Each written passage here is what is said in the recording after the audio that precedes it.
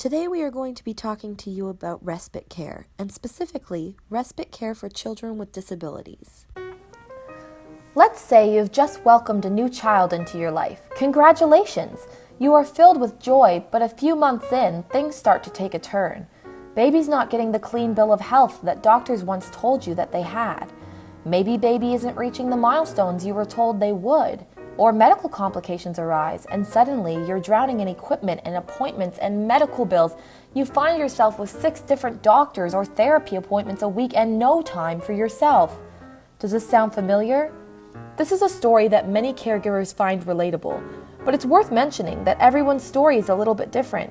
What most caregivers have in common, though, is a feeling of overwhelming stress or burden of care, or maybe just a general lack of time. When you are the caregiver of a child with different needs or who needs a higher level of support, it can be overwhelming. Sometimes you wish you can just have a break. Well, the good news is you can, and that's what we're here to talk to you about today, respite care.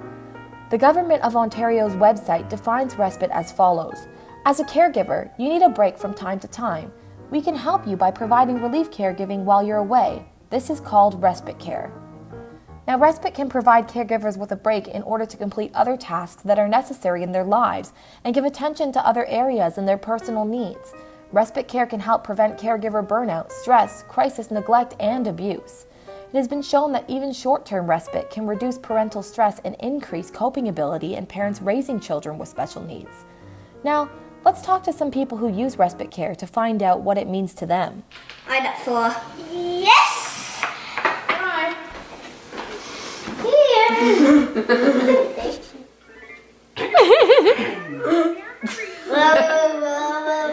So respite for our family is really important. We have 2 children. We have Sean, who's 11, and we have his younger brother, who's 7. So respite allows us to do those things on the weekend where that kind of makes us feel like a regular family. Why do you like it when Sean goes to respite? Because I get to go out for dinner, and I get friends over. Do you like when people help you to do the things you want to do? Yes, I do. Yes, you do. Now that you've seen a little bit about what respite is, let's look a little more into it. Funding for children with disabilities usually involves assistance for children with severe disabilities, enhanced respite funding, or special services at home. This funding can cover anything from a personal support worker to a reading tutor, to a support worker at a summer camp, to a caregiver taking your child on social outings. So who is eligible for respite? Special Services at Home, SSAH, is dependent on availability and the family's request. Your application can be found on the Ontario Ministry of Children and Youth Services website. This funding goes to most children with special needs. Enhanced Respite Funding, ERF, is $3,500 per fiscal year for each family who qualifies. The LHIN, Local Health Integration Network, case managers will come to your home to do an assessment of your child and will use a checklist to determine if they meet the eligibility for funding.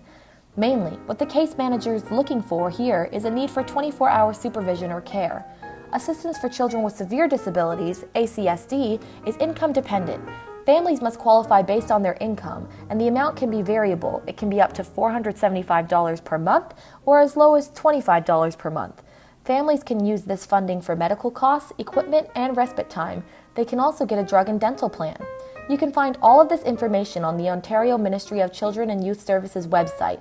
In addition, the Hull and Bloorview Rehabilitation Hospital has a great cheat sheet about tax credits and funding that you can find at the link on the screen. That about sums up the 3 most common funding options for families of children with disabilities in Ontario. If you would like more information, we recommend that you reach out to your local regional office. And remember, a break can be good for both you and your child.